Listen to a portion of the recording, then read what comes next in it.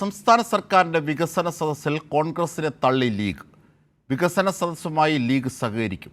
വികസന സദസ്സ് മലപ്പുറത്ത് ഗംഭീരമായി നടത്തുമെന്നും മുസ്ലിം ലീഗ് മലപ്പുറം ജില്ലാ നേതൃത്വം.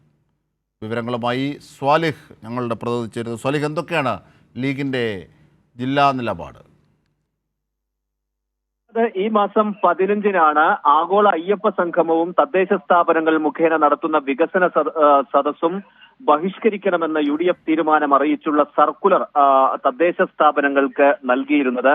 തദ്ദേശ തെരഞ്ഞെടുപ്പ് ലക്ഷ്യം വെച്ചുള്ള ധൂർത്താണിത്. തീർത്തും രാഷ്ട്രീയമായ ഒരു പരിപാടിയാണ്, അതിനോട് സഹകരിക്കേണ്ടതില്ല എന്നാണ് UDF തീരുമാനിച്ചിരുന്നത്. അതിൽ നിന്ന് വ്യത്യസ്തമായ ഒരു നിലപാടാണ് ഇപ്പോൾ മുസ്ലിം ലീഗ് മലപ്പുറം ജില്ലാ കമ്മിറ്റി എടുക്കുന്നത്. ഈ പരിപാടി ഗംഭീരമാക്കണം, പരമാവധി പ്രവർത്തകരെ ഈ പരിപാടിയിൽ പങ്കെടുപ്പിക്കണം എന്ന് അറിയിച്ചിട്ടുള്ള കത്ത് 19-ാം തീയതി, അതായത് ഇന്ന് നൽകിയിട്ടുണ്ട്. ഈ സർക്കുലർ അയച്ചിട്ടുണ്ട്. തദ്ദേശ സ്ഥാപനങ്ങളുടെ പ്രതിനിധികൾക്ക്, മുസ്ലിം ലീഗിന്റെ പഞ്ചായത്ത് കമ്മിറ്റികൾക്കൊക്കെ ഈ സർക്കുലർ അയച്ചിട്ടുണ്ട്.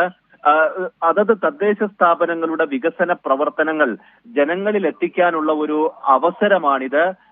ഇത് CPIM-ന്റെ ഒരു പരിപാടിയായി മാറിക്കൂടാ. ഇത് തദ്ദേശ സ്ഥാപനങ്ങളുടെ ഫണ്ട് ഉപയോഗിച്ച് നടത്തുന്നതാണ്. അതുകൊണ്ട് തന്നെ ഈ പരിപാടിയിൽ പങ്കെടുക്കുക, അതോടൊപ്പം തന്നെ പരമാവധി ഈ ഇതുമായി ബന്ധപ്പെട്ട കാര്യങ്ങൾ, ഈ ഡോക്യുമെന്ററികൾ, അതോടൊപ്പം വികസന നേട്ടങ്ങൾ, ഇതെല്ലാം പരമാവധി ജനങ്ങളിലേക്ക് എത്തിക്കാനുള്ള ശ്രമം നടത്തുക തുടങ്ങിയ നിർദ്ദേശങ്ങളും ഈ സർക്കുലറിൽ പറഞ്ഞിട്ടുണ്ട്.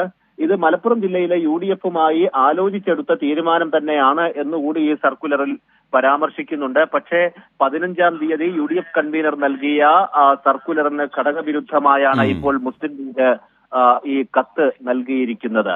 അജിംഷാദ്. തീർച്ചയായും സ്വാലിഹാണ് വിവരങ്ങൾ, വിശദാംശങ്ങൾ നൽകിയത്.